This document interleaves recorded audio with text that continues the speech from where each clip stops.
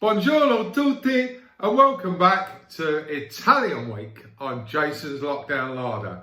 Now we are about to make one of my favourite dishes, gnocchi.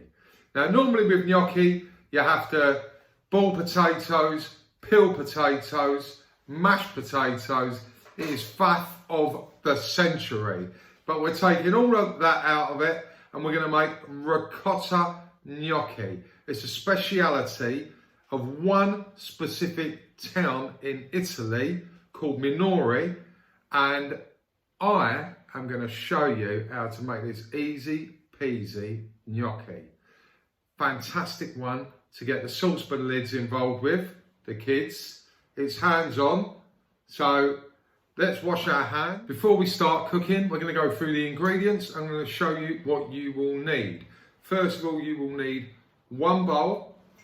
You will need a surface you will need. So you're going to need on a surface that you can knead on. I've got a big sort of marble chopping board. If you've got something equivalent, that would be brilliant. You're going to need a grater. You're going to need a flicky spatula. You're going to need a fork, and you will need a knife. That's all the equipment you're going to need.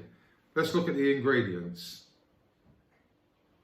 Our ingredients are 200 grams of 00 flour if you have it.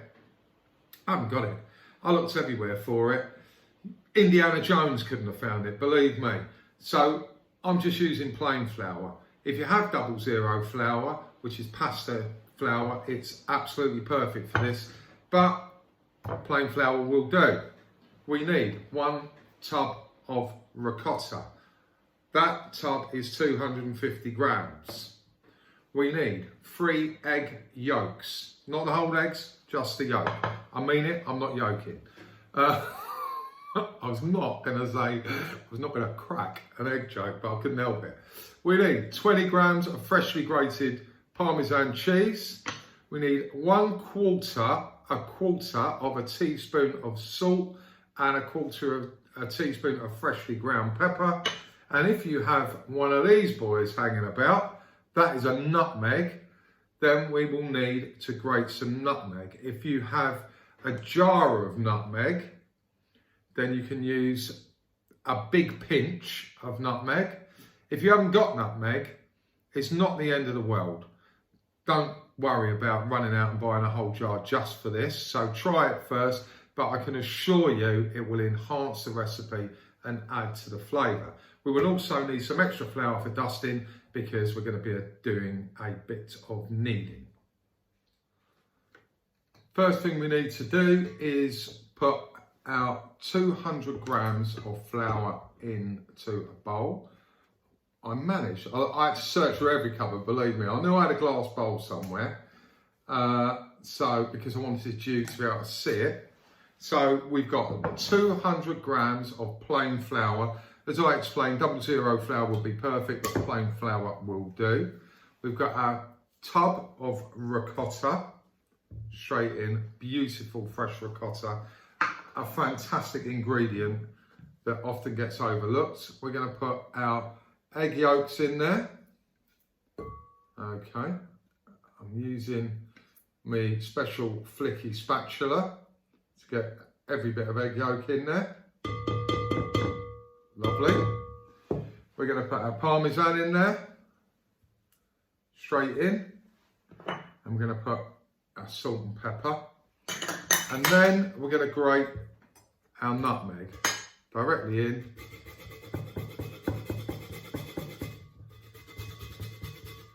And that is about a little bit more, just under. There we are, that's perfect. That's just under a quarter of our nutmeg.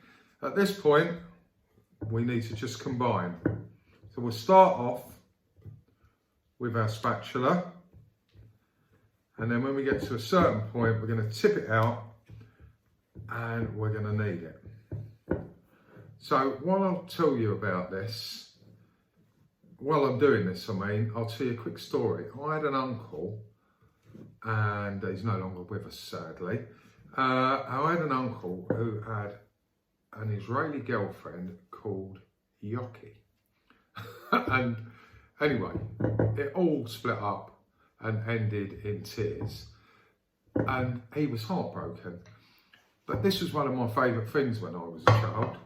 And then whenever he come down, because gnocchi sounds like gnocchi, we had to call them dumplings. We had to change the name. So if he was ever there, we couldn't say we're having gnocchi. We just had to say we're having dumplings. So that's my gnocchi story, but it was absolutely one of my favourite things when I was a kid. Right, I'm going to tip this out. I know you're going to be disappointed, but I'm going to have to change the camera angle. You won't be able to look at me. And I'm going to show you how I knead it, how I shape it, and how I cut it. Okay guys, so I've tipped it out. And I'm going to put a little bit of flour on the board. Okay, and then we're just going to knead it a little bit. Okay, that looks beautiful. It's a little bit wet, so I'm just going to put a sprinkle more. That's it, lovely. Now we don't want this too dry and we don't want it too wet. So we kind of want it a little bit like, it's going to sound terrible, but the consistency, do you remember Play-Doh when you was younger?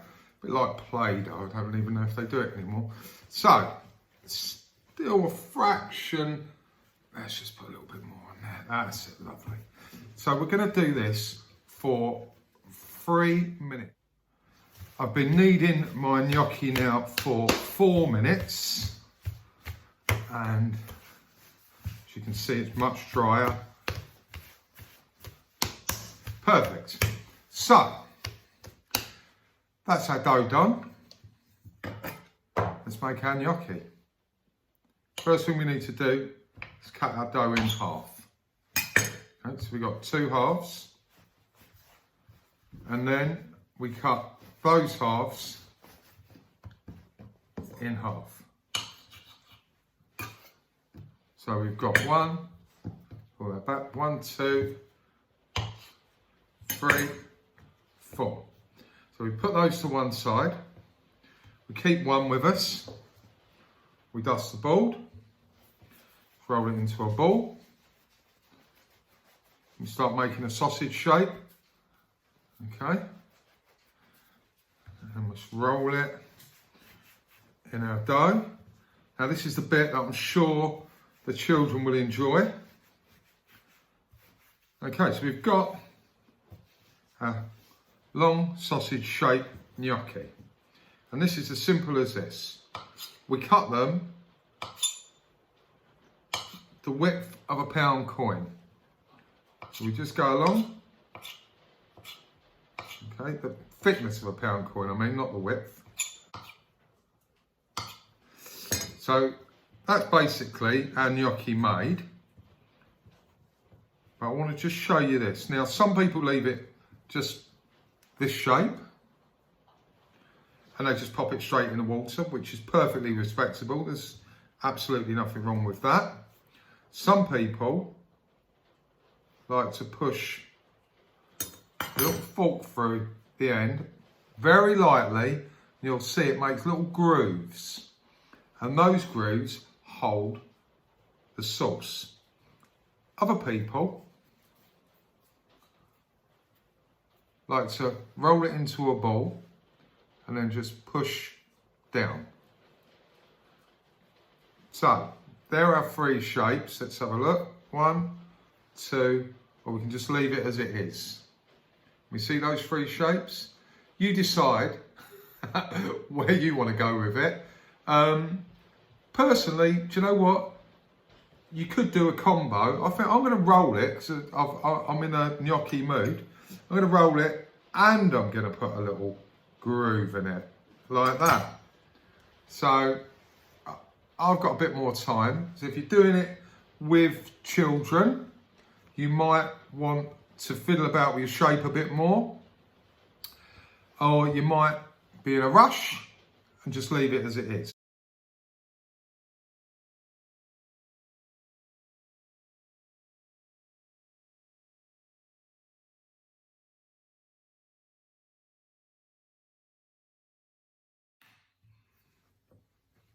I've finished my gnocchi, as you can see, that's a whole ball. Now, like I say, you don't have to go through it in the way that I did and make little balls and then press the fork into the top of each one.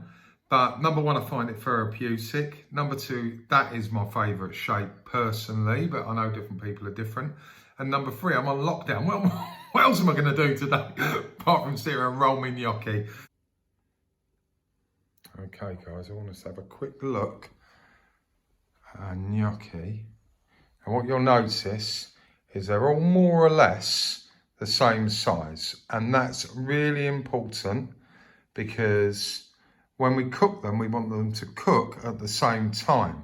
If they're different sizes, then they might cook at different times. To see, we're boxing it with greaseproof paper in the box, and we're doing 2 layers. I'm going to pull this layer over the top.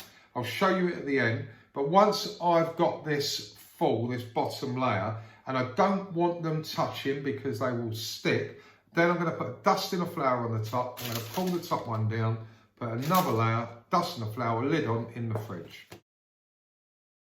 Okay, guys, so we've got a gnocchi out the fridge. We've got our water boiling. We've got our fresh tomato pasta sauce heating up.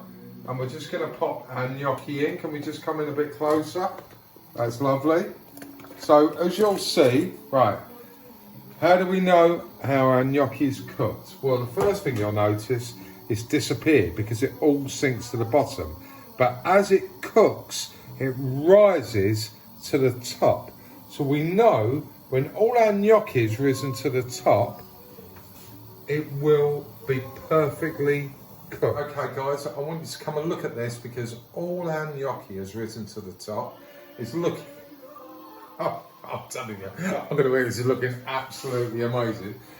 My hands turn blue because you have to be extremely cautious. Now, I'm very lucky because I've got a special pasta cooker, but if not, you just take the pan to the sink and drain it as normal. But what you must do is retain some of the pasta water, and I'm going to show you why. So, as we've said before, we cooked our fresh tomato sauce, but it's very, very concentrated. We pull out our gnocchi, we pop it in. Always, any pasta, including gnocchi, to sauce. Let's take this off. Okay, let's toss it up. Now, it's quite thick. But what I'm going to do, I'm going to get a little bit of our pasta water, 1 spoon. Perfect. And that is going to loosen up. Can we just come in on that? That's going to loosen all our sauce. Oh my God. Last time I saw this, I was in Sorrento, not in my own kitchen. So, turn it all off. Now, with any pasta, including gnocchi, not some pasta, all pasta, put it in the pan, give it 2 minutes, let it settle. Let the pasta and the sauce become best made. The gnocchi and the sauce have had a couple of minutes just to kind of combine and become mates, and we're going to plate up. Got a lovely bit of gnocchi in the middle of our plate.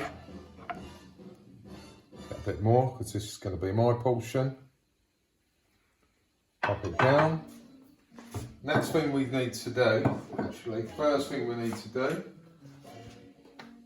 get a little bit of Parmigiano over the top. Next thing we're going to do is get a little bit of our best at this time, olive oil. Pop a couple of basil leaves on there. And I've got to say, that is the perfect ricotta gnocchi.